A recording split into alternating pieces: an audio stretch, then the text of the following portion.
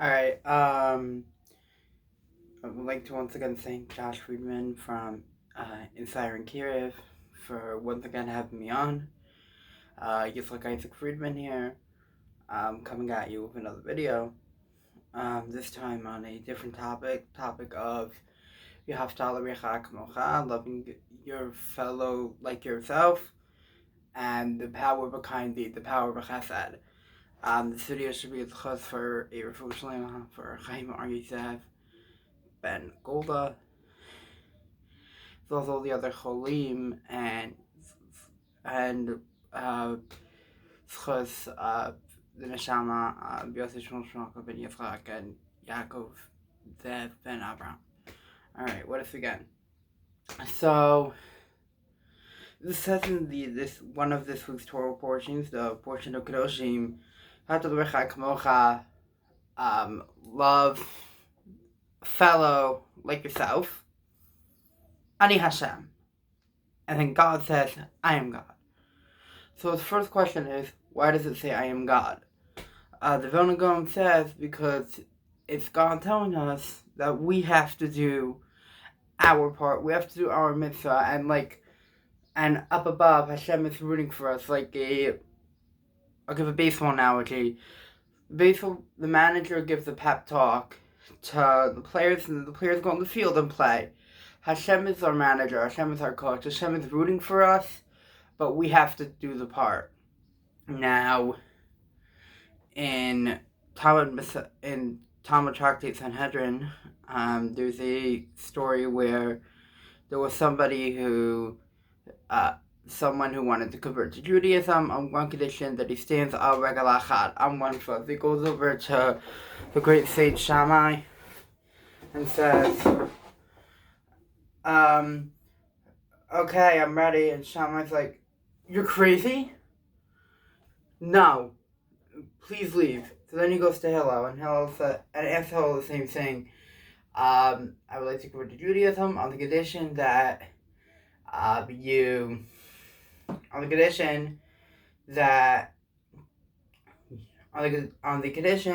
you teach me all the Torah while standing al regalach on one foot. So Hillel says, sure, no problem. Guys, information, standing on one foot. And Hillel says, you have to love your neighbor like yourself, love your friend like yourself, and the rest is optional. But now you have to go learn the Torah. You have to go learn the Torah to find out all the other mitzvot and all the 613, etc. Why is B'Halta L'Recha so important? So I saw two fascinating thoughts. First from Rabbi Joseph B. Soloveitchik, Rabbi Yosef Do Soloveitchik, Bracha, Rosh Yeshiva, founding Rosh Yeshiva University. He brings down a story where there was a Jew by the name of Mike Royce. That is not his real last name. I do know the real last name. I know the first name, Mike. I changed it for the sake of the story. Mike Royce goes over to Rabbi Soloveitchik, says, I want to enter into your university, but I have one problem. Only my dad is Jewish, not my mom. So he asked him, you're not Jewish? But he said, yeah, but I've been practicing as a Jew for 20 years. So why can't I go into the university? So he said, it's okay. I'll teach you all that you need to know. And then you'll go in front of a Beit Din and you'll convert to Judaism. And he could have just said, no, get out. You're not Jewish. There's no place for you when you're in the university. But instead, with loving kindness for his fellow, he said, no, I'll teach you what you need to know. We'll become study partners every day at 1 o'clock. And this person, whose name is Michael Berkovitz, is a Rebbe in Gush Etzion, a prominent yeshiva in Eretz Yisrael. So, that's one story. Second story, Rabbi Finkel, the founding Rosh Yeshiva of the Mir Yeshiva in Israel, Eretz Yisrael. Not the founding Rosh Yeshiva, but one of the previous Rosh Yeshiva, I think it's 2 ago. Now some Gedalia Finkel, Shlita. So Banish Finkel blessed memory every morning would wake up would go pray at the Kota Hamarabi, the Wailing Wall at sunrise. So every single morning there was an elderly woman who was poor, collecting tzedakah, collecting charity. And this also feeds into the second topic of the power of a kind deed. So Rabbi Finkel would give a penny and say, "How are you? How are you doing?"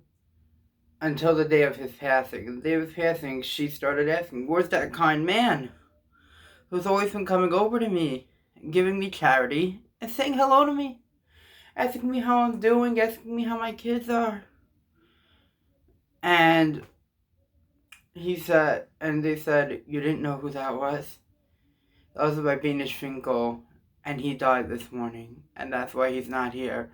And he was one of the biggest Rosh Yeshiva, one of the biggest heads of schools at the time in that time period, one of the biggest rabbis. And there's another phrase in this week's Torah portion, which is V'al Niflitat Sakum, which discusses how the elderly is important. Now, unfortunately, in some synagogues and some schools, some Jewish community centers, Batei Midrashim, Batei Knesset, Yeshiva, neighborhoods, they undermine the elderly. So I saw an amazing thought by Menachem Penner, who's one of the Rosh Yeshiva YU and the Rab of the Yegaz of Hollywood. And he says the following: right now, during this pandemic, what are we the most scared of? The elderly. The elderly are the hard-born disease, but yet at the same time, the elderly paved the way for Yiddishkeit, paved the way for Judaism. That's a contradiction. So how is that possible? So he said, although now they might not be all there, dementia, other problems, call an elderly person that you know. And we learn it out from this verse. Why? Because you would not be here if you were not for the elderly. You would not be on this earth if not for the elderly. There would be no Jewish communities if not for the elderly. The elderly, my synagogue, which is now a little bit more, you see a lot more black hats and jackets, then you see the older men. Some who started the synagogue wearing the blue talisim and, the silver talisim, talis, the older men, they put their sweat and tears so that we could have a place to pray. And right now, when we don't have places of prayer, some of these men served in the army. There's a man in my synagogue who, I don't want to say his name because I don't know if I'm allowed to, who was a colonel in Vietnam who was not, so from, and he's not so from, but he tries his best. He uses an English Hebrew sitter, and he tries his best to daven and to, as he says, pray his heart out to God. Isn't that amazing? So, the power of one kind deed goes a long way. The power of a chesed. So I'm going to tell 2 short stories, and then I'm going to give you the challenge to you. So story number 1. Moshe Feinstein, blessed memory, every single morning on the street, he would say good morning to whoever passed. And one day he was one of the biggest rabbis of his generation.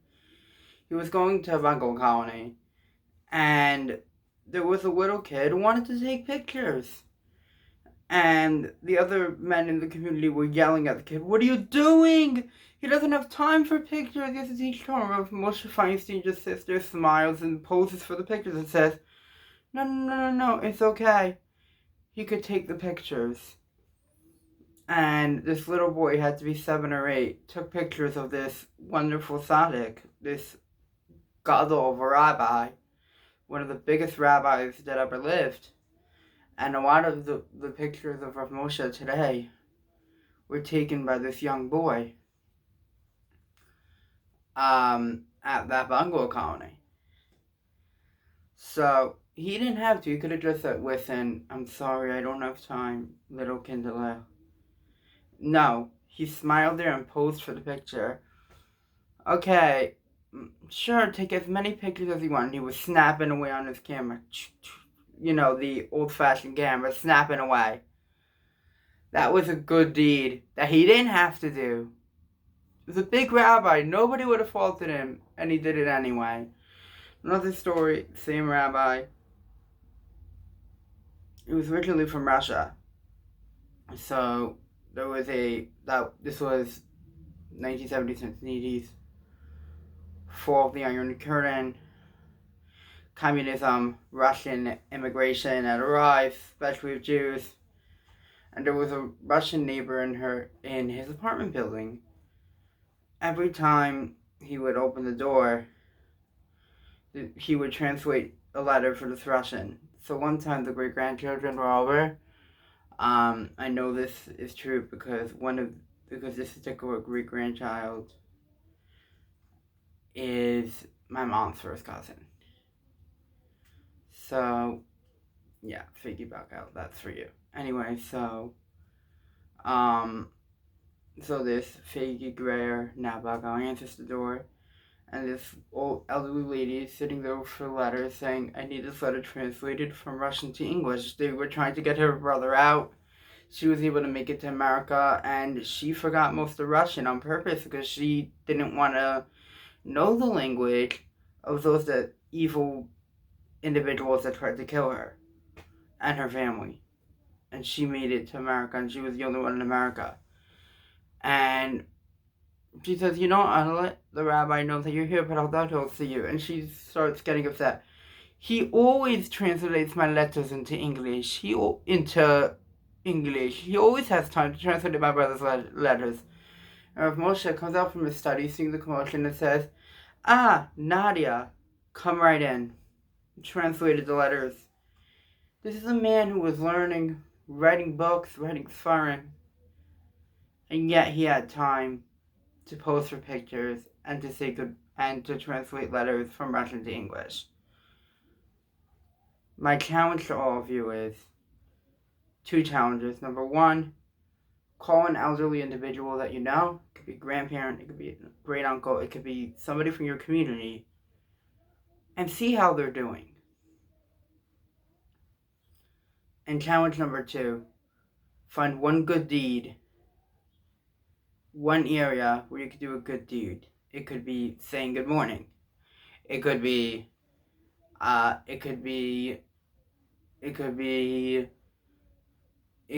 offering to pick up food for those who cannot leave their homes. There's so many kind deeds that could be done, especially during this time period, that we have to act as a nation. And if we do that, I think we go one step closer into the coming of the Messiah, the coming of Mashiach. Shabbat Shalom.